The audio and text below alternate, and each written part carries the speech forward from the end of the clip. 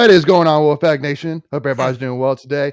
I want to do something different because there's always a little dead space there at the beginning of it, so I just want to do something a little different there. But what's going on, everybody? Hope everybody's doing well. So glad to finally be back on the live stream with the boys, Mick and Michael, and y'all as well. We're glad to be back and excited to be back and rolling.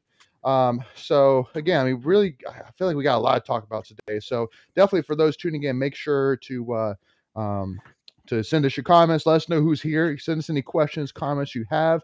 But again, I think that we really just got to kind of just jump right into it here. So first of all, I mean, with me not being here last week, I feel like I need to go ahead and get some things off my chest I wasn't able to discuss last week. Did I do it that bad, Layton? No. Were we that bad? Michael, that's a shot at me and you is what that is. Absolutely not. No, absolutely not. Okay. No, now that we really are back to normal, let me. Yeah. No. It's simply that I mean, it's honestly like again something I say about the some specific about the game that bugged me particularly, which I wanted to bring up. But I mean, other than that, no. I mean, I loved it for sure. So Just kidding. But all right. So I mean, again, we're jumping. Let us know in the comments who does it better. No, I'm kidding. Just kidding. Don't do that. No. So some ego.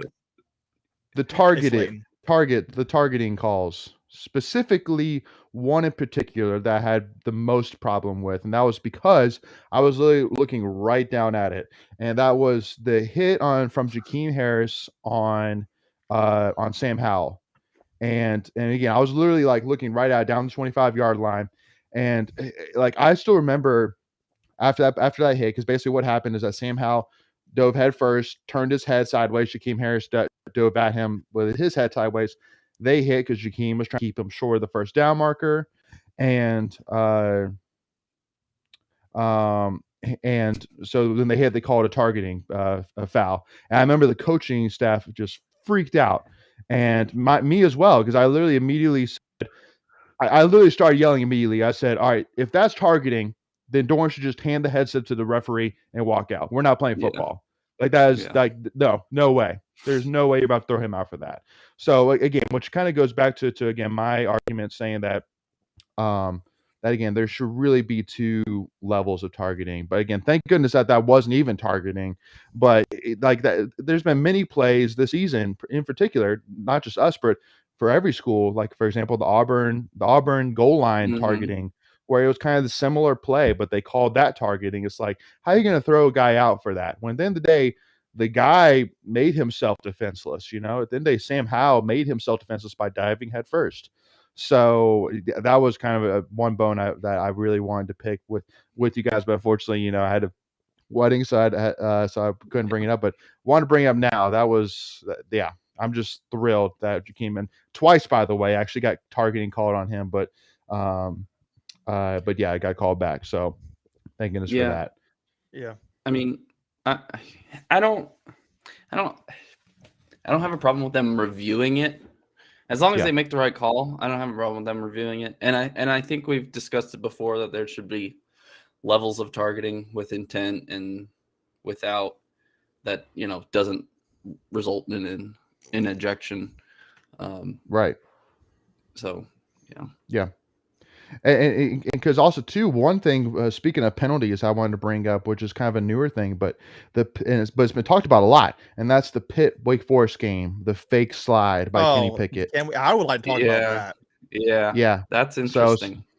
We can't spend too much. Well, I want to do a discrepancy. Say we got a lot of topics, so we can't necessarily spend too much time. But I wanted to bring that up because I knew that was going to be a big thing. So make and go for it.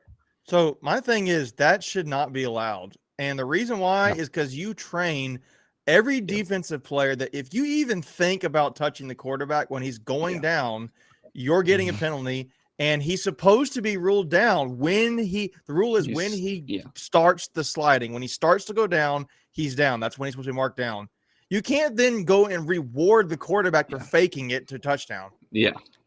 That's just if you're gonna allow that, then you gotta allow players to be able to tackle if the quarterback's going down. I mean, it was a smart play. I was actually pulling for Pittsburgh, but it ticked me off that happened. I mean, it was a smart play by him because, I mean, it's not in the rule book. I Yeah. guarantee this offseason they're going to put it in the rule book that you can't fake a slide. Because like you said, when you slide, you're supposed to be marked down where you start the slide. So, yeah. True. But and you saw all the Wake Forest plays around him back away. Yeah. It's like they're told they should not tackle him. Yeah. Yeah. I imagine and that and State should have been playing for the ACC championship. That's all I'm going to say. We should have been the ones faked out by him. Yeah. But again, I'll say again though that I mean that people were kind of calling down Kenny Pickett for doing it, but I mean I'm not calling him down for doing it because in the day it's not illegal. You know, I mean, I kind of frown upon it, but I mean, then day, hey, I mean it's ACC championship. The thing is, everything's for in me, line, the refs got it wrong because they're saying there is a rule. The moment he goes down, he starts. But he never went. But the point is, but he was starting the rule. I think the rule is written when he begins the going down. That's when he's ruled down. I think that's the way the rule is written.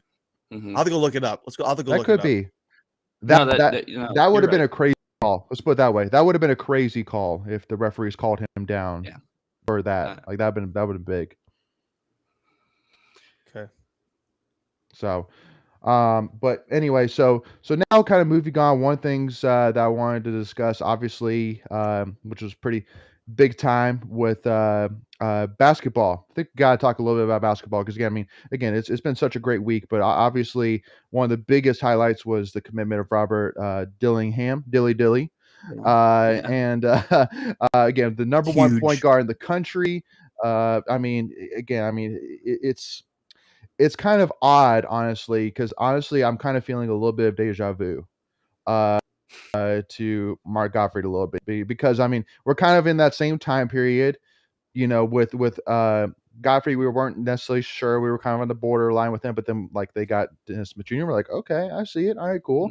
Same with Keith. I feel like we're not necessarily in quite as bad. I mean, okay, I would say we're in bad as about the same shape because then Gottfried took us to NCAA tournaments while Keats, you know, he's been consistent but hasn't necessarily gotten us to NCAA tournaments. So I'll kind of say they're similar, but now getting basically almost graded exactly the same as Dennis Smith Jr. I think they're only like a couple hundredths of a point, actually thousandths of a point difference in terms of the spark rating.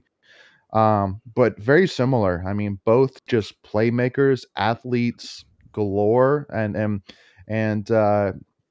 I mean, so Macon, I guess for those who are tuning in, so what are your kind of initial kind of thoughts? I was kind of curious on your thoughts on how much different Robert Dillingham is from Dennis Smith Jr. From coming out of high school perspective. I'm curious what your thoughts are. So I would say Robert is shiftier. He's got more of a quick twitch game to him. He's pretty skinny. He's going to need to add muscle. I think Dennis, obviously, kids coming out of high school are, for the most part, they need to add muscle. I think Dennis probably had a little bit more meat on his bones kind of thing. I don't want to say necessarily that Dennis was more explosive or he was like stronger with the ball in his hands, but I get the vibe when I always watch highlights. He seemed more commanding with the ball in his hands. It's my ball, and I'm going to do what I want with this ball. And Dillingham, to me, he seems like he's got that ball on a string. Like he's just like wherever he goes, the ball's coming with him, and he kind of don't know where he's going. I don't want to. To me, he's not Cat Barber or anything like that, but he just got this quick twitch, shifty. Really, he has a really good feel of space around him. I felt like Dennis was more of a, he kind of would be I don't say the QB of the offense, but he was just more like commanding of this is my ball. As I put it. Robert Dillingham, to me, he's explosive. I think you're going to see more highlight dunks from Dennis than you were at Dillingham. But I think the shiftiness and the flow through space to be able to feel the defenders around him without necessarily having to account for everybody, he just kind of feels it. I think that's better than Dennis was coming out of high school. So I think you're going to see a better distribution of the ball, a little bit more unpredictability with Dillingham. So this is my thoughts. Yeah. Yeah, that was kind of my thoughts too, and that I mean Dennis Smith Jr., especially in high school. I mean, specifically like the Steph Curry camp where he did this ridiculous dunk, and Steph Curry ran over to Yeah. the camera and said, "Hey, can you play that back for me?" Like that's Dennis Smith Jr. But yeah, I mean, I think Robert Dillingham is I mean he's not say more of a team player, but just with Dennis Smith, it's like the spotlight's on him. But I think with Yeah, Dillingham, just like you said, it's kind of like we're going to get everybody involved, and today we're going to get everybody scoring here. So, yeah. I think Michael, what Hunter Smith's comment here, he said Dennis never really made anybody better around him better. He was a me guard.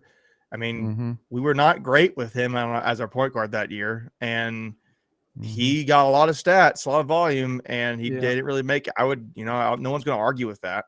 yeah, He was. yeah, I do think Dillingham is just.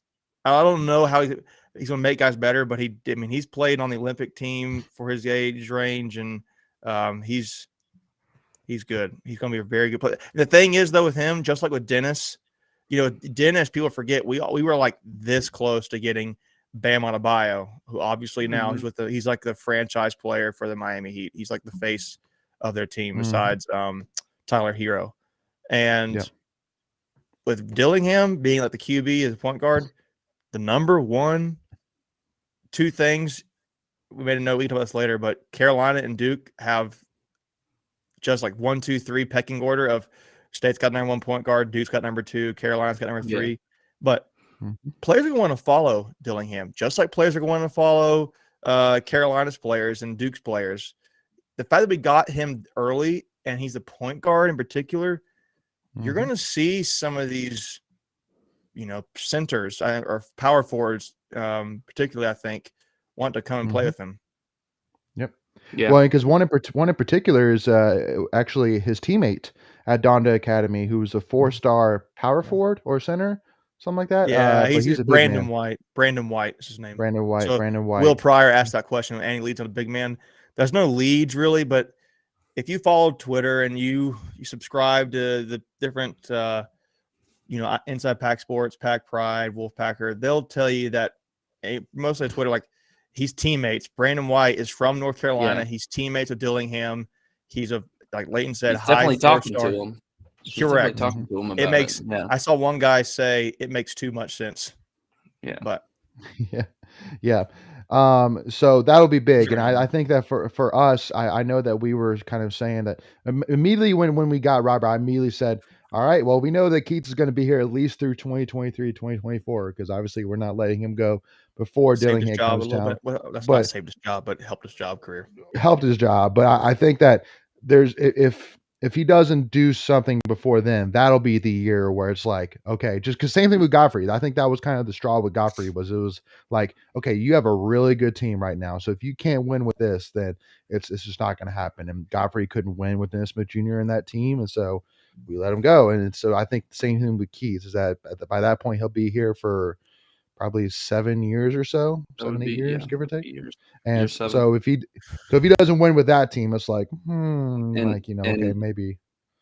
If you look at the roster, like assuming everybody stays with, I mean, that may or may not happen, but you would have Sebron as a senior, Terquavion and Breon Pass. Those would be sophomores. They've looked good so far. And then, hopefully. Did you say Sebron? Did you say Sebron in that list? Yeah. I mean, that dude's gone. He's gone after this year. Oh, 100%. If he keeps winning, that's I guess not to get too far ahead. Not to get too far in this conversation. If he keeps playing the way he's playing, he's got to go. He needs to go make some money.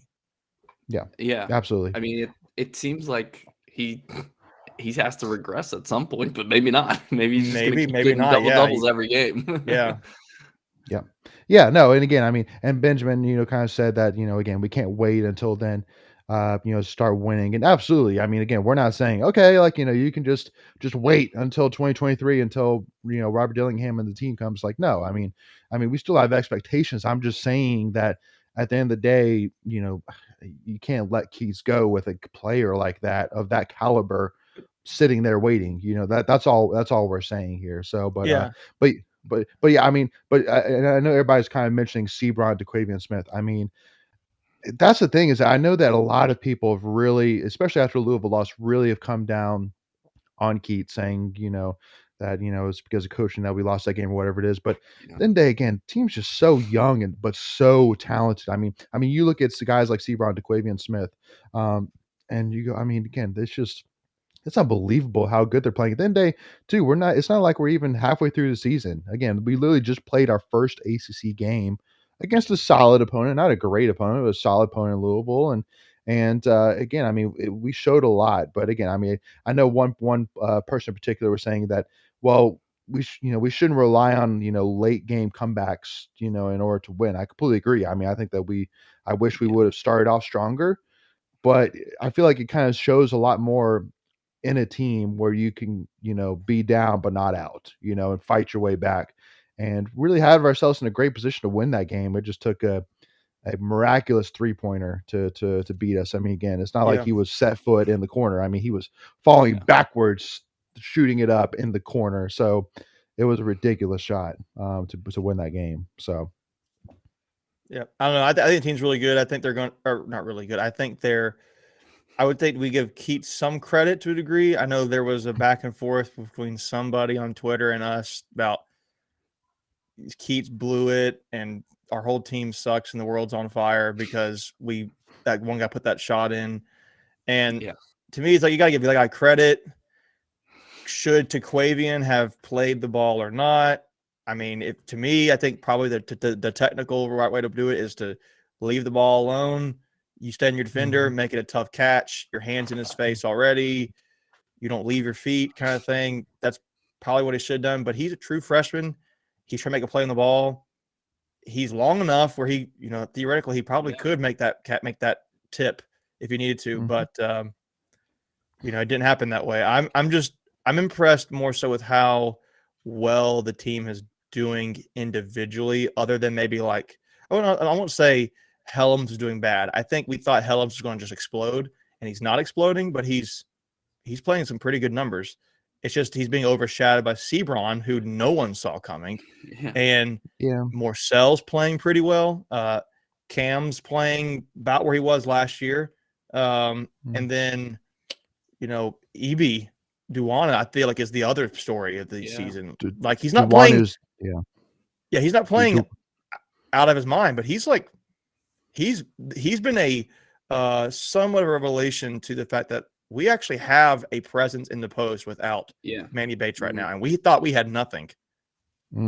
Yeah, sorry, Duanu has been, for me, I've been thrilled to see how Duanu's been playing, just because at the end of the day, just like you were saying, losing Manny Bates, we were all immediately held back. But again, Duanu's been not necessarily great, but he's been effective. He's been effective on the defensive side. He's done enough on the offensive side.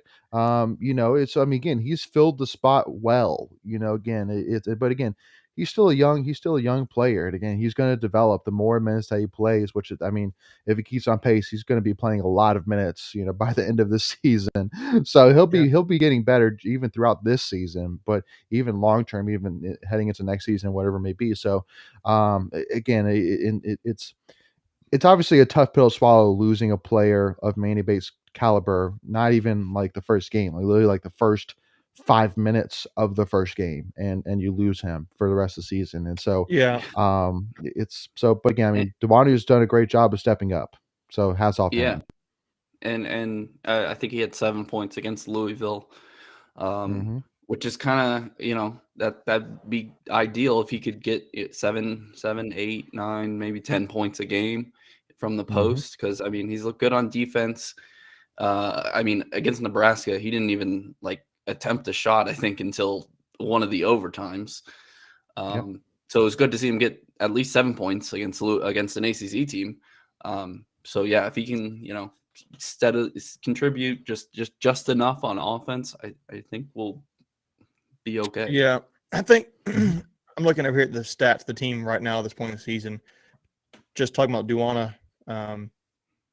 Right now, he's playing 27 minutes a game, and he's only averaging 4 points, 4.1 points per game, 4.5 or 4.6 rebounds per game.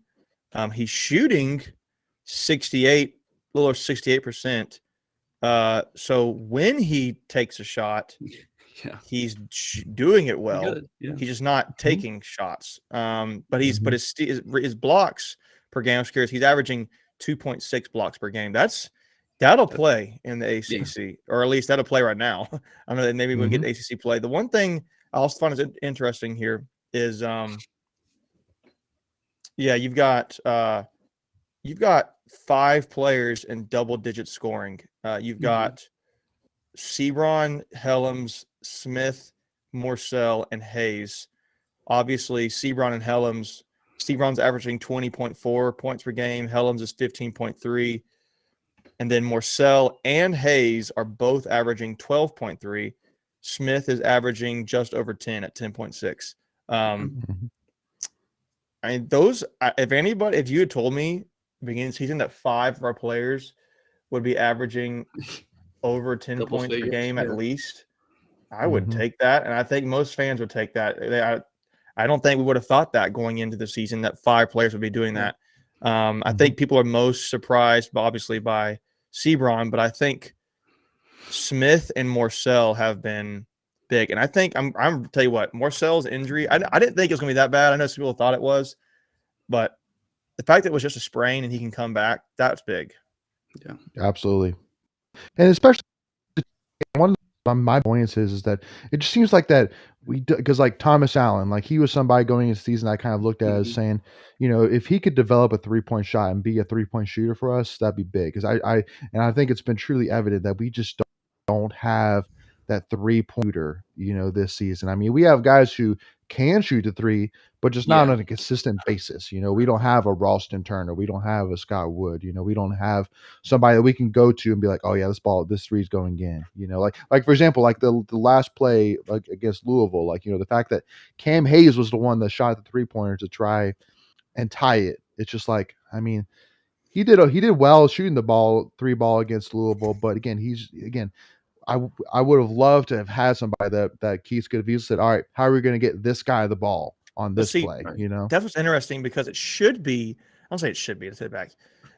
One guy that they brought him in to be a 3-point specialist was Thomas Allen. Yeah, and he's not really playing. I know Keith said he's dealing with plantar fasciitis, but I was surprised he didn't play a ton against Nebraska, nor Louisville. He played more against Louisville.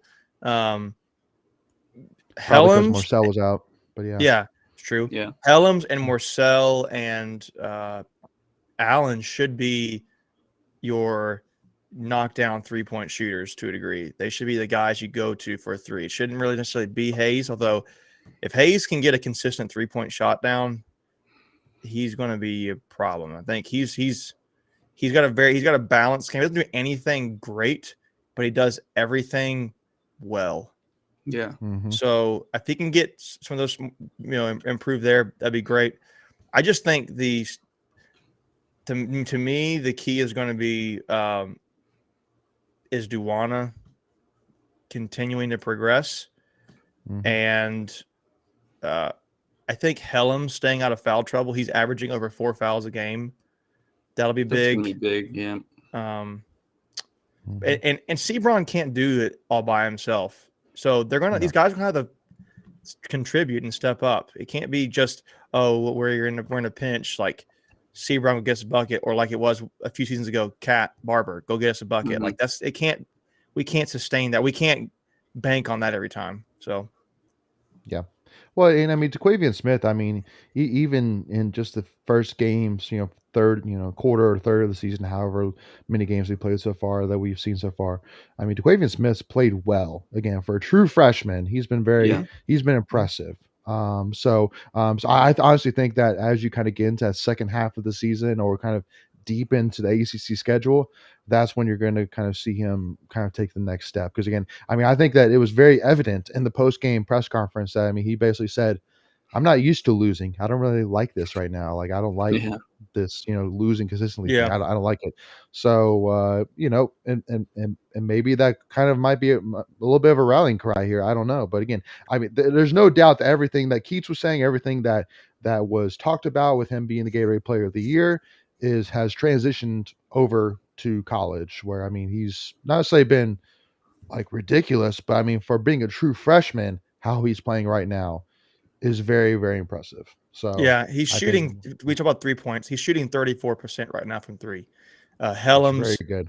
and Morcell are shooting 39% from three. So he's the third best 3-point shooter on your team right now. Yeah. Actually, kind of surprised. Cam Hayes is only shooting 22% from three. It's kind of surprising. But yeah, Smith has been great. Just won freshman of the week. Duan, I mean, and Sebron, obviously, Sebron was going to win player of the week. We all knew that. But Yeah. Smith is good, man. He to me clearly seems like he's a freshman out there playing because Yeah. he's just jacking up threes. And it's Mhm. like sometimes he'll miss a bunch and he's just like, nope, I'm going to keep shooting. And that's kind of what you want to do because shooters need to shoot themselves out of Get out of- slumps. Mhm. But I feel like if he in particular can learn, again, true freshman, to balance his game out between slashing and shooting the threes. I mean, his 34% 3-point field goal percentage and what's his regular field goal percentage is 38%. So he's shooting 34% from three, 38, 39% from the inside the arc. He'll be good because I think the one area I can see him improving that he needs to work on, I don't know how many attempts he's had, but he's at shooting 41% for the free throw line. If he can drive, that'd be better to see his game balance out. I don't like seeing him just sit back there and put up threes. Right. No. Again, we gotta play less ISO ball. I know that Keats loves doing that in his system, but I just feel like with the athletes that we have and the fact that we have Sebron, and Sebron can be an ISO guy, but just we don't really have, and anybody else that we could have is as more of an ISO player is young. So I just feel like that again. We just got to have some sets more. We got run something a little bit more than a little bit more ISO ball like he likes to play. But at the end of the day, guys, at the end of the day, the thing to keep in mind that I do want to stress here is that at the end of the day, Keys is going to be our coach for this year. He's going to be our coach for next year. And so at the end of the day, it doesn't do us any good consistently hating on the guy. And at the end of the day, I mean, if he's not doing well, then we're not doing well, So, I mean, it's like, why are you wanting him to not do well? So again, I completely understand the concerns from fans. I completely understand that. But at the end of the day, I mean, we got to support these guys, through better, through worse, because at the end of the day, if they lose, we lose. So, I know that, again, there's a lot of doubters, and I completely understand that. It's natural. So, but I just wanted to kind of say that at the end of the day, it's that's the most important thing. We got to keep our heads high. And then we got to, because there's still so much positivity. We have so many young players, so many talented players that we can still do something this season. We're still so early. We just played our I'll first tell you what, ACC though, game. man, that game Sunday is going to be very interesting. Yes, it is. Yeah, that'll be Yes, it is. that'll be a good test. For those who don't know, we're playing Purdue, who just got listed as a number 1 team in the country. Yeah, and they're known for their centers. So at the end of the day, I mean, the team they're still 6-2. I mean, the wins. Some of the wins haven't looked pretty, but they're still wins, and probably the 2 best teams we've played so far. We've lost, but we've lost them both close. We've had a chance to win at the end. So, throughout the season, some more bounces the team keeps playing hard, and the bounces will go our way some of the time. Yeah. But again, luckily enough, we have a game against Bethune-Cookman on Thursday in Reynolds Coliseum. So hopefully that'll be kind of a game where it's in Reynolds. It's in Reynolds. Cool. So I know that. So hopefully that'll be kind of a game. Yeah, just like exactly that. It'll be cool. It'll be exciting. Like it'll get the guys hyped up. It'll get them excited again. I mean, and then to be ready to go to Brooklyn, New York, and play a huge game against Purdue. Where again, I mean, I just want to see the fight. I'm not expecting or saying that we have to beat them by any means stretch of the measure. But I mean, again, just especially too with us having a young center who's going against arguably some of the best centers in college basketball. I mean, they're the real deal. So again, let's just not get blown out of the building. And honestly, I'll be happy. I'll be happy. So, but again, so just to kind of give you guys a heads up. So obviously, typically for these live streams, it typically has been that we would preview or we would go after the last football game, and then we would preview the upcoming football game. But obviously, with football season being about over, we aren't going to do that. But now we're still going to have our weekly live stream every single week, but we'll just kind of talk more general NC State, what's going on during the week, talk basketball, talk whatever. At the end of the day, we love doing this, and so we're going to keep on doing this. But so kind of transitioning now we're halfway through the episode into the football side, because we still have a little bit of football left, folks, which is awesome. And obviously NC State got selected to play in the Holiday Bowl on December 28th at 8 p.m. against UCLA. And the first thing I do want to say is, again, I completely understand the fans' immediate perspective where you see, oh, they're playing in San Diego, California. Yeah. Like, what the heck? Like, why did we get selected for a bowl like that? Like, that's ridiculous. And I trust me, I completely understand, because I know, but also too, any team, no matter what ACC team they pick, there's not going to be a great showing from the ACC side at that bowl game. It's not going to unless happen. you're somebody like Clemson or Miami, maybe Florida State. I think so. Maybe. I think so, because those are more like, I'm not saying it's like the Dukes of basketball, but you're going to maybe get a better showing, because it's like, Clemson's been in the national spotlight for 10 years. Miami's been and had its heyday in the 80s. There's probably got people out there who would be there. Yeah. Well, especially because if they go to the Holiday Bowl, they're in our spot, 9-3, 8-4, something like that. So yeah, I mean, they had a good season. So yeah, I mean, but I guess what I'm saying is that, yeah, I mean, they may have a better showing than like maybe we will, but they're still not. I mean, again, UCLA is basically playing almost. They're almost playing in their backyard. I mean, they're playing literally in the state that they are in. So I mean, 2.5 hours away, I think it said. So yeah, and we're probably thousands of miles away. So I mean, so again, completely understand. But at the end of the day, I mean, again, it's a showing, because again, I immediately say, so in this bowl game, we're playing UCLA, who at the beginning of the season was being talked about as like a dark horse. I mean, they came out at the beginning of the season just super strong, and then they ended strong, just not necessarily as strong as they originally seemed. And then you look at like the Duke's Mayo Bowl, which good old Carolina's playing in Charlotte, and so you go, okay, so what do you want to play in Charlotte and play South Carolina that just got beat 30-0 from by Clemson? Is that what you want to play? You want to play against the 6-6 South Carolina team that just lost 30 to Clemson? Like, no, I want to go play a great UCLA team and end my season on a really high note, and also too, not only end on a high note, but get our 10th win by beating UCLA, and not only beat them to get our 10th win, but beat them on primetime TV on Fox at 8 p.m. Like, again, it's a big deal.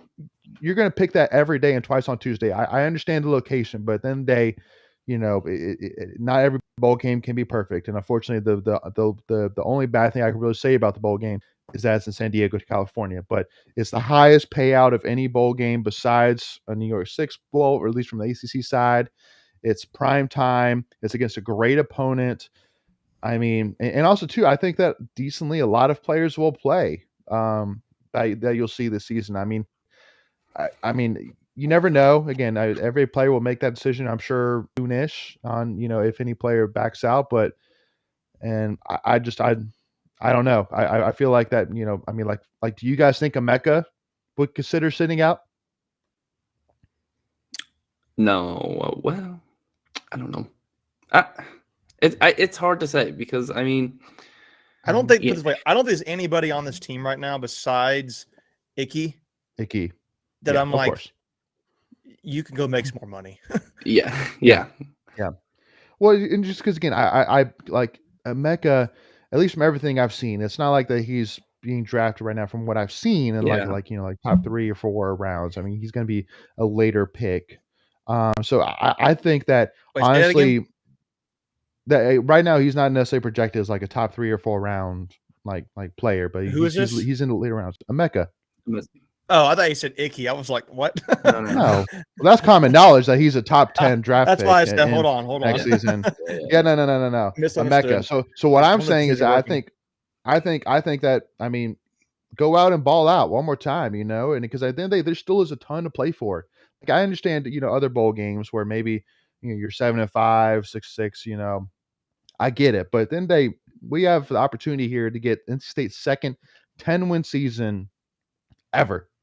I mean, which is huge. And not only to beat a UCL team that's solid and give us huge momentum heading into the offseason. I mean, huge momentum, which again, I also need to bring up. Everybody's talking about um, Boston College's quarterback. He announced that he's coming back. Phil Jerkovich. Phil Jerkovich. He's coming back next season. Everybody's talking about Tyler Van Dyke from Miami, but once again, they're not talking about Devin Leary, which is ridiculous. But what else is new? Jerkovic, after he came back from his injury, he didn't really. I mean, he wasn't bad, but he wasn't great. He wasn't all that. He wasn't all that. No, but again, it's just, we'll see what happens. But again, I just, and also too, I mean, can we already kind of talk about what happened with Miami? Is that something that we can go and talk about right now? Let's do it. I mean, so we tweeted out. What a joke! What a joke! What a joke! Yeah, I mean, just terrible. I truly hope and pray that we never do something that just is just, and that's fitting for Miami. That. It's fitting for terrible. Miami. Yeah, I mean, so my thoughts are, I mean, and college football is changed in the last 10 15 20 years. It's more business like. It's not great what they did to Manny Diaz, but Manny Diaz got introduced as a Temple head coach and then left 3 weeks later to go to Miami. That's true too. That's true. It's like, and it's not like the thing with a college football is it's so public. Like Miami wasn't like going around saying, hey, like the university itself wasn't publicizing this. It's like reporters that are digging in and finding this. Like none of this is meant to be public. It's just such a public sport that, it's newsworthy. I mean, I'm sure it happens at, big corporations, the same thing. People are trying to get other jobs and stuff. You just don't see it because it's not in the public eye like college football. But again, I mean, it's still it's still a mess. and for those who are listening in or tuning in right now, even that don't know the story, I'll kind of give a quick synopsis. But basically, Manny Diaz, who was the head coach at Miami, basically it came out that Miami was going after Mario Cristobal, who's the head coach at Oregon. But while they were going after Mario, Manny was still hired, and basically literally the minute that Mario Cristobal it came out that he was signing with Miami, then Manny Diaz got fired. So it was basically that while they were going after Mario, Manny was still recruiting and getting the football team ready, which is again is unheard of. And I think Gene Chizik, even who was a former Auburn head football coach who coached Cam Newton in the national championship. I mean, he let Miami have it, saying, I mean, this is the most despicable thing if it is true. And it's so, yeah, I mean, it's again, then they, we're not, they don't care. Go ahead. They don't care. Obviously, but again, after seeing what happened to Oregon against Utah, I mean, do you like, is Mario really that much better of a coach than Manny Diaz? I mean, honestly, and again, I mean, those tuning in, let me know if I'm wrong, but I don't. I mean, Manny Diaz literally ended the season as probably one of the hottest teams in the ACC. I mean, Miami went from being dead and gone to being they're a kind of a coastal contender right now. You know what I mean? Yeah, I think they got hot. They started 2-4 and then finished 7-5, I think. Right. So I mean, again, it's just I don't get it. Again, I mean, Manny Diaz, he dealt with injuries. He dealt with his star quarterback and De'Ara King. I mean, just being injury ridden, and you know what? Hey, he turned it around and he beat us, and he beat some solid. I mean, he beat Pitt. So again, it's I don't get it. And then Mario Cristobal in Oregon gets absolutely blown out in the championship game. It's like, come on. So yeah, that'll get the fan base excited. Right. Well, so again, the one thing which I say, I mean, I think I mentioned it 2 weeks ago in our live stream saying, hey, you could be a Texas fan, or right now, what I'll say, you could be a Miami fan, or you could be a Clemson fan right now. And we got to talk about that a little bit too. Obviously, Brett Venables, news came out that he got hired as the head coach for Oklahoma. And there's also rumblings, not necessarily rumors, but rumblings of Dabo Sweeney, and I would say I'm not here saying by any means that there's even a rumor that he is going to leave or talking about leaving, but it is a well-known fact that Dabo Sweeney has not been a fan of college football these days. And then it was basically caught that he was at the Oakland Raiders game. People saying that basically it was for him to support Cleveland Farrell and Hunter Renfrow, but I mean, they don't have a head coach right now. I mean, not one for next year. I mean, and so it's interesting. Like so, you guys honestly, said earlier in our text message, he said he would leave college football if they started paying players. Yeah, they're paying players, and I mean, so again, it's. I'm not saying it again. I right now I would say honestly in my head it's like a 5-10% chance that he leaves. It just would seem absolutely crazy for him to leave. But basically, Macon actually brought this up earlier, basically saying, I mean, if all your friends are leaving, then it makes it a little bit tougher to stick around. I mean, the athletic director of Clemson is going to Miami.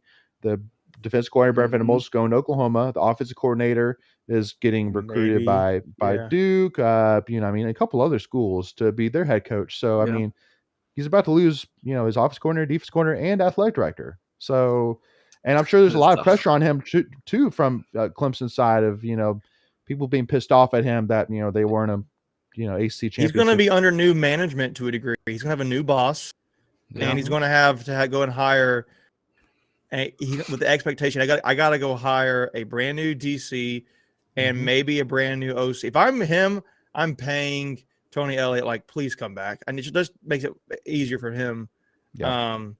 But yeah, and why Tony Elliott would ever consider Duke, I don't know. I mean, it is a Power 5 school. It is in the Coastal Division, but it's Duke.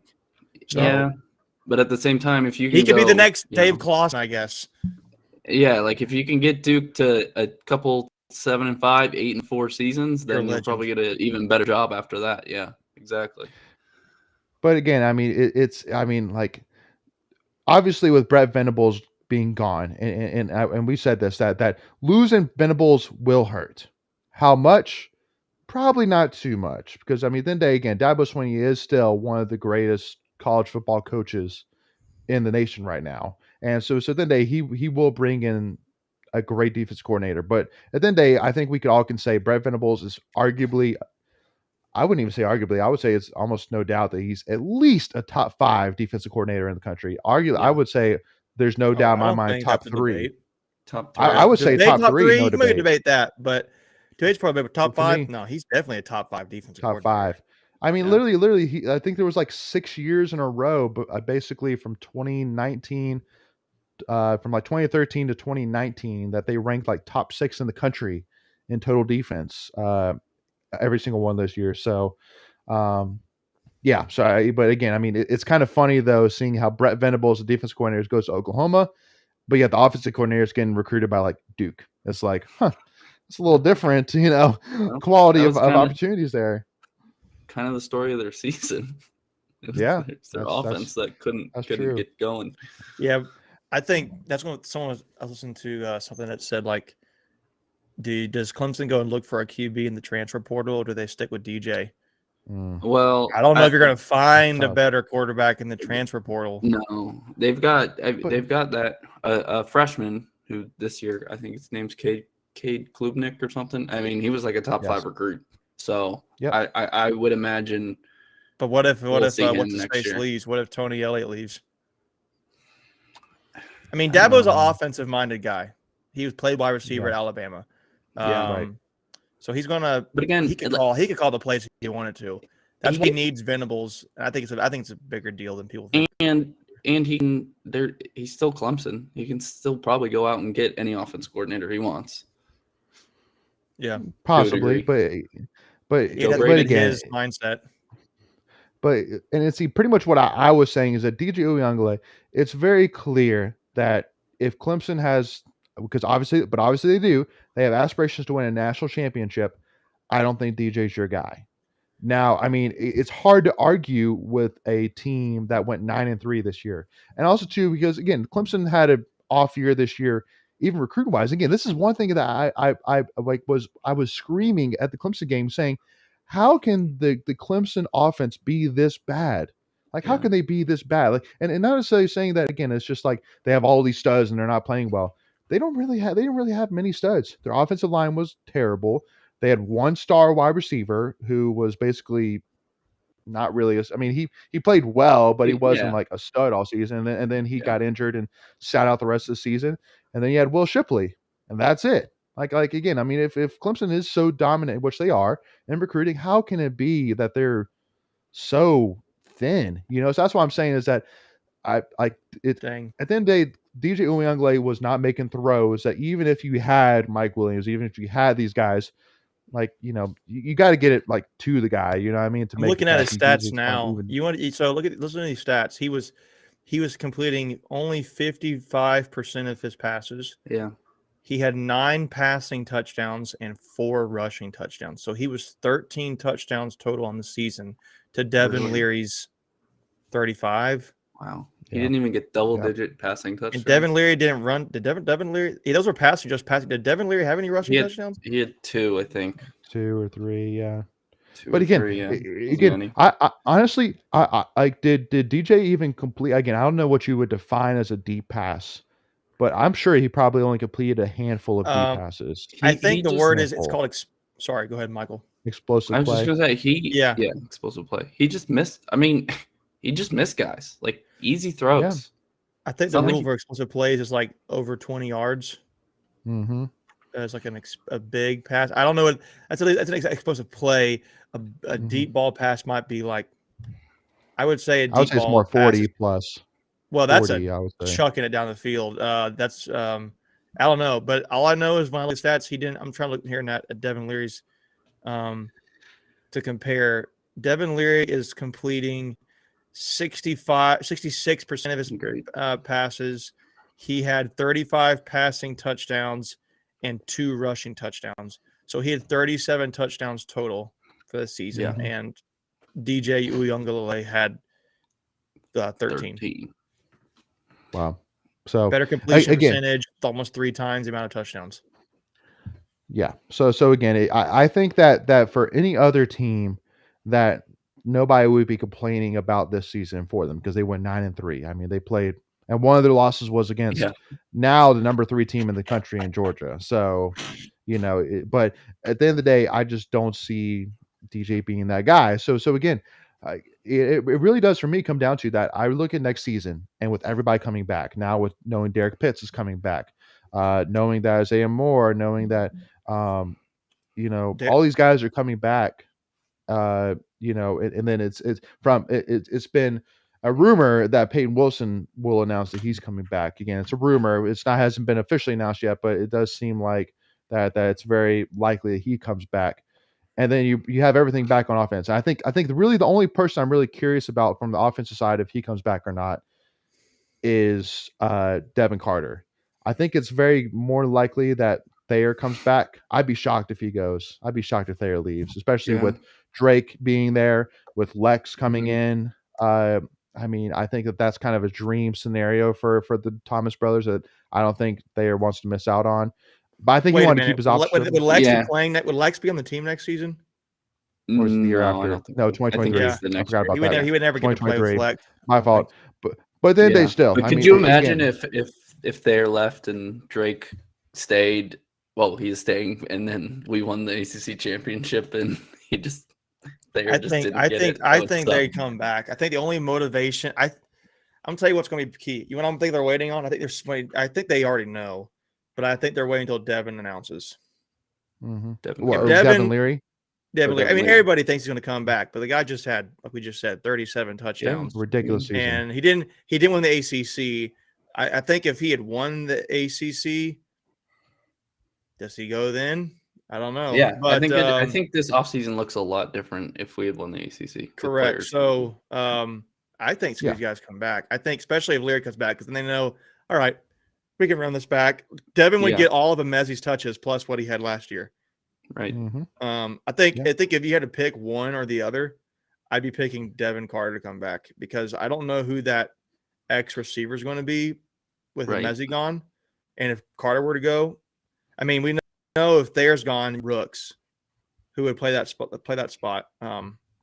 So it'll be interesting. Yeah. It's exciting. It's exciting to think about. and Will Pryor brings up Cyrus Fagan announced he's coming back too, and I think that was kind of understood. And then Corey Durden, he announced he's coming back too. And then so Justin Cook actually threw. Russell Wilson's coming. Russell Wilson's coming back, yeah. And then Justin Cook mentioned about going after Liam McNeil's brother, the linebacker that went to Oregon. Jabril. And I mean, Jabril McNeil, yeah. Is he in the transfer portal? I don't know. Actually, I'm not sure, but I mean, that would be interesting. But I think it would be a different story if Aleem was still on the team. But I feel like that now that Aleem's not on the team, there's not really as much of a pull to bring him all the way back from Oregon. But I mean, you never know. Again, the transfer portal is a weird thing. It is a weird thing. So, but my point basically out of it is that looking at how we are truly not rebuilding but reloading for next season. That and looking at Clemson and like how like it seems like they're going to be in a little bit more like of a flux next season, because I mean it's really going to be like we got to figure things out a little bit, that I mean the opportunities for sure is still there for next season. It is 100% still there. And because one other thing too, which I do want to say in terms of the reason maybe why Leary doesn't go is not to his fault. I think we all can easily say that he should have been easily at least, third or second team all ACC quarterback for sure. So, but for him to not get on those, it basically would take a scout looking past that and being like, dude, this guy. Sam Howell had more votes than Devin Leary. How the heck does that happen this season? That is total bias if I've ever seen it. Yeah, I saw something that said like the ACC's like top 6 quarterbacks were better than some year in like the whole NCAA. Like it was an insane year for quarterbacks, especially ACC quarterbacks. I'm gonna tell you what, ACC is the conference of quarterbacks. Yeah, it is. I mean, Brennan Armstrong was he 13? Was Brennan Armstrong third team? Yeah, he was third team.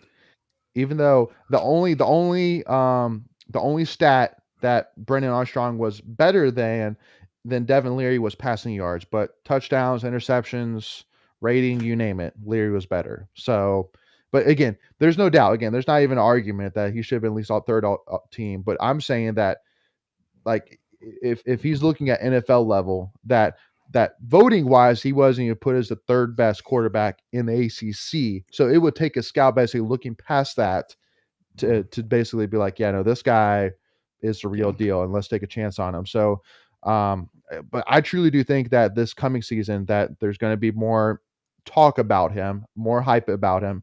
And if he can do what he did this season again, then I feel like there's no doubt in my mind that he'd be not like necessarily like one of the top quarterback prospects, but he'd be a really solid quarterback prospect heading into NFL for sure. Yeah, I think the only thing with Devin is he comes across like he's a smaller guy. He's not real mobile. I feel like if Devin's going to work on something in the offseason, work on being more mobile. I think that would be I think that would kind of salivate the NFL scouts a little bit more for Devin Leary. It can be like, all right, this guy can move around a little bit more. I mean, he can. He just doesn't really show it as much. Yeah, I mean, he had negative rushing yards on the season. Yeah, I mean, if he can work on that, I mean, I think he'd get more excited. Add maybe like another 10 pounds or so more muscle and keep working on, keep going with accuracy and all that chemistry. I mean, he needs to come back this season. He will, I imagine. Yeah, but it would be a big shock if he didn't. Now, I see Benjamin Orman saying, let's talk baseball. I know Justin Cook wants to. And to give you a heads up, Benjamin, so we actually will be doing I will go ahead and say that obviously we're going to do here soon a baseball preview. We're going to bring on our own Rob Chimra, former state pitcher, and do a preview again for them. And we'll definitely, as we get a little closer, we'll start bringing in baseball a little bit as well. But I'll be honest saying that I've been, it's been a crazy week. Because again, we haven't even talked about women's basketball. We've been so focused on that's a great point. Who's been the team of the week? I mean, they beat the number 2 and the number 6 team country at a neutral site and on the road. I know we only have a little bit left, but I mean, I do want to say first of all that Macon mentioned it during our women's basketball preview, but there is no doubt Diamond Johnson is a real deal, folks. She's a real deal. Basically it's four players. Cunane, Johnson, Brown Turner, and Kayla Jones. Yeah, Those Jakeia are Brown, like Kayla Turner. your main four. And I mean, and I'm gonna tell you what, Raina man, Perez you could throw in there as that's well. what I was gonna Yeah. say, man. She Yeah. is like She can to me, shoot the ball so well. she's the glue to the team. Yeah. She is She the is. glue. Her and Kayla Jones are the glue, in my opinion. Mhm. They are. I agree. Well, especially too because I feel like this season Kunane's she's played good games. But and then Jess Cook mentioned Jada Boyd as well. Yeah, absolutely. I mean, again, and again, you could talk Kai Crutchfield, but I think that just those have been the main pieces so far that have gotten us to where we are in the season. But I think that I'm still waiting. But again, Diamond Johnson has been unreal. Just how What's your stat talented she line? is. I Look it up know real quick. yeah, but while you do, first of all, I'm glad to see that Jada Boyd came back earlier than I thought. From the preseason when Westmore was kind of talking about her, it kind of seemed like that she wouldn't really come back until probably like the end of the year, meaning the end of like 2021 year, the calendar year. And so for her to come back, and do well, she's been a key piece for sure. Was awesome. And then even Will Pryor as well talks about Madison Hayes, who will get better as the year goes on. So again, I think right now, and by the way, too, want to also mention that to talk about the net ratings or whatever, the NET rankings. So Yeah. the NET rankings have South Carolina number 1, UNC number 2, and us number 3. Even though UNC hasn't played one ranked team this year, so interesting little stat there for the NET lovers. But again, right now it just seems like that. It's really us in South Carolina. It seems like basically right now in terms of tiers of women's basketball, that's basically us, South Carolina, and then everybody else. Now, not necessarily saying that everybody else is in the same tier, but from our worrisome perspective, that I wouldn't be shocked again, depending on how the rankings go. But man, this team is just this again. It's awesome to see because again, like Kai Crutchfield, she hasn't really figured it out yet. She hasn't really come out yet, But again, she'll figure it out. She's a senior. Shooter. She'll be fine. She's a shooter. She'll figure it out. She'll get there. And Jada Boyd will get better as she gets more time back from being injured. But and then Kunane will get better and better. So again, I'm not worried, but it's great to see that a brand new player in Diamond Johnson come right in and be big for us. I'm looking at the stat line now. Let's read these off real quick. She's not blowing it out of the water. Like she's averaging 13 points per game, 5.5 rebounds per game, and like 2.9 assists per game. So three assists per game. But she's shooting over 50%. No, take it back. Sorry, that's for her career. She's shooting 49.5% field goal percentage on 11 shots on average per game. So she's making like 5.5 buckets a game. And then she's shooting over 40% from three. So she's shooting 50% from the field, 40% from three. The only area but the main area on these stat lines you can see that she can improve on is free throws. She's only shooting 67%. Make sure I'm that right. 66.7. Wow. Yeah. So she can work on her free throws. She's going to be a monster. She already is, and she's the smallest person on the team. Like she just can move. She's a good player, man. I just think I think Kayla Jones is impressed. We all talked about, but I'm gonna tell you what, man. One thing I thought about too, Raina Perez knocking down those free throws at the end of the Indiana game. She's just so clutch. She just like to me, she's automatic. It doesn't phase her. Yeah. She's mature. That's what you want in a graduate level player, a veteran on the team. Yeah, she was the one that hit the game-winning shot against Louisville last year, right? In the ACC championship. Yeah, that was her. Yeah, she's became a legend. Yeah, well, and again for being again she's a transfer as well. So again, it's a great. That's why at the end of the day, again, any state fan complaining, again, I completely understand the word. Again, we want better. That's all of us. We want better. But again, there's so much good going on right now. Like, again, women's basketball is playing great. And like even wrestling looks absolutely dominant right now. And again, for those who are not following wrestling, I highly suggest you get on ASAP. They are the real but it deal. wasn't the final score to, their match against Gardner Webb. They held Gardner Webb to -1 point. -1, match. yeah. -1, and for That those, was hilarious. Yes. So, which for those who were curious, how do you get -1 point? So basically, they got docked a point because one of the wrestlers refused to shake hands after the match. What? So they got deducted a point. Mm-hmm. Yep. Gentleman's sport. So, exactly, gentleman's sport. Just like golf. Wrestling and golf, same thing. Yeah. Exactly. So they have coming up. They go to App State this coming weekend, but then and then they. So basically, their first ACC match isn't until January 21st. But again, I mean, they're the real deal. So and also too, got to give a shout out to Ice Pack as well for absolutely crushing Carolina. I think it was 8-3. It was cool to see them get recognized at the basketball game. Yes, that too. Yeah, they forget them, and they should absolutely. I mean, again, they've been amazing, and again, I think that they're very primed to have a big season this year. So.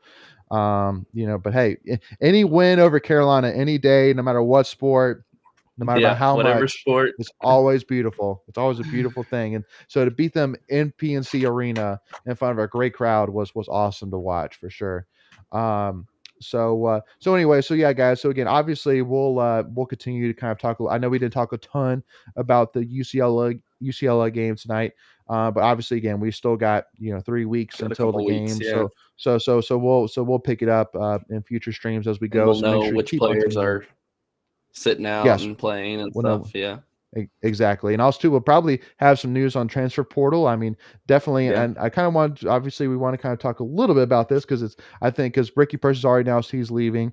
It seems pretty, publicly known that more than likely Bam Knight's going to go. So it'll be very interesting to see what happens in transfer portal from a running back's perspective wise. If they need to, dun dun dun. Or if they need to. Right. Well, yeah. Which I agree. But again, it'll be interesting to see. So we'll definitely talk about that. Maybe they will. We'll see. But we're here for it, right? Again, I mean, hey, we're sitting here beautifully in the meantime. But I was gonna say, isn't this fun right now as a State fan? Like you did so well, and you're like, everybody's gonna come back. We're gonna do it all over again. And I mean, assuming everybody's healthy, assuming everybody stays healthy, it's just like it's the first year where. Go ahead. I was going to say it's first year where, wait till next year might actually mean something. Yeah. So, you saw Will Prior's no offensive line, please. So State, I think, is having an in-home visit right now with the one of the top offensive tackle transfers in the country from FIU. His name's Miles Frazier. He's big dude. Everybody's recruiting him. State's in-home official visit right now. So I was just looking at that 24/7 as they have a great he's like a number 2 offensive tackle in some category and right now in each major. 24/7 has it's only one prediction, but it's a crystal ball for Florida State for that guy, but that's just one person. Yeah, but that's what they're in a home visit, so they're definitely are prioritizing it. Yeah. Yeah. Need someone to fill in Kiki's spot. This is a friendly reminder though that Mac is back. So just keep that in mind. And also too, because again, I'm sure most of our followers know, but for those who don't know, my wife went to the University of South Carolina. So I'm always been kind of a number 2 South Carolina fan, because obviously it's by far number 1, but then I cheer for South Carolina. And so for them to play Carolina, I'm like, go Cops! Let's go! Come on, please beat them. Is this like the third or fourth time they've played each other in 5 years? Third. I don't know. Third. Like, I thought it was interesting. Wake Forest is going to play Texas A&M, and they just played them 4 years ago. Yeah. So I feel like it'll be interesting, but But again, and keep in Tech mind, playing Maryland, that's happened recently too, I think. So that's true.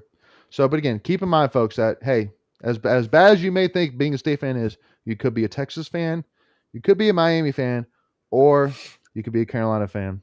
So or even worse, I'm gonna say that. Fan, yeah. Exactly. So with that being said, y'all, please make sure, again, if you haven't already, make sure to hit that subscribe button. It's free to do. And again, if you haven't, just please do it. It helps us. It's free to do. It really helps us a lot. And also, too, make sure if you would even like to as well, hit that little bell icon, as you'll actually get notified whenever we release new videos. You'll actually be notified. But also, to give this video a like, check out all of our great in-state content. And again, obviously, we just did our episodes with Locked On WolfPack, which if you haven't seen those, I cannot stress enough how highly I recommend you go check those out. Was definitely one of our favorite interviews for sure, to have Kenton Gibbs from Locked On Wolfpack on to talk about and discuss Peyton Wilson, his future. So definitely go check those out. And we'll definitely have we have huge plans coming up here for some awesome episodes coming out here this week and for the rest of December. So make sure to don't miss those out, and give us a follow on Tuffy Talk now if you haven't already, on Twitter or Instagram. But thank you all again for so much for tuning in. And hey, as always, go Pack, y'all. We'll see y'all next week.